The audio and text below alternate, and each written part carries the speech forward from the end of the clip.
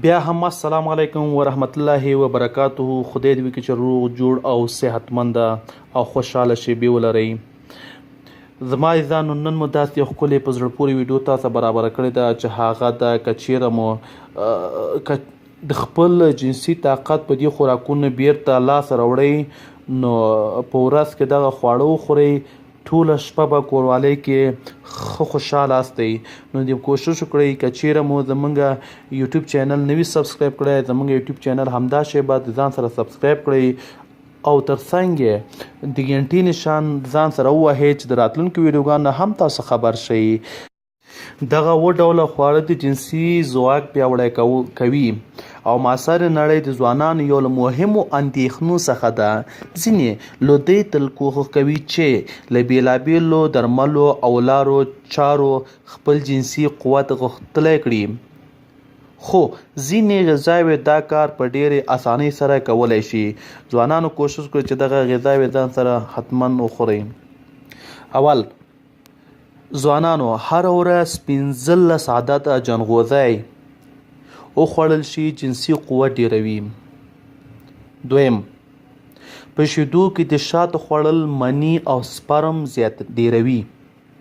دریم، په شیدو کې د خرما جوشل او خوړل د ژر انزالېدو مخنیوی کوي او د مني زیاتېدو سبب ګرځي. کوشش وکړئ ځوانانو چې دغه خوراکونه وخورئ. څلورم، د ام جوس خوړل د 2 څخه تر 3 میاشتو پورې پرله پسې د نارینه جنسي قوت زیاتوي. پنځم، د جماع څخه وروسته په شیدو کې 1 قاشوغه د غوا غوړي واچوئ او 15 عدده بادام هم ورسره واچوئ او بیا یې وخورئ، جنسي قوت مو قوي کوي. شپږم، د 1 کیلې سره 10 ګرامه د غوا غوړي سهار د ناشتې یا د سهار د چای څښلو پر ځای وخوړل شي او ورپسې شیدې وخوړل شي، جنسي قوت مو زیاتوي. اووم، هره ورځ 2 عدده د هګۍ ژیړ خوړل او ورپسې شیدې خوړل جنسي قوت ډیروي.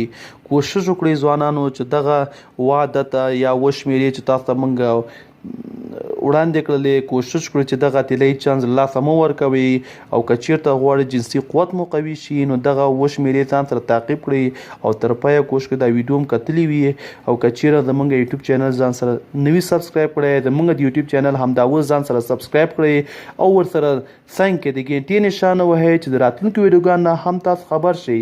او که چیرې مو زموږ ویډیو خوښه شوې وي د زموږ ویډیو د ځان سره لایک کړئ چې نور ملګري هم ترې خبر شي.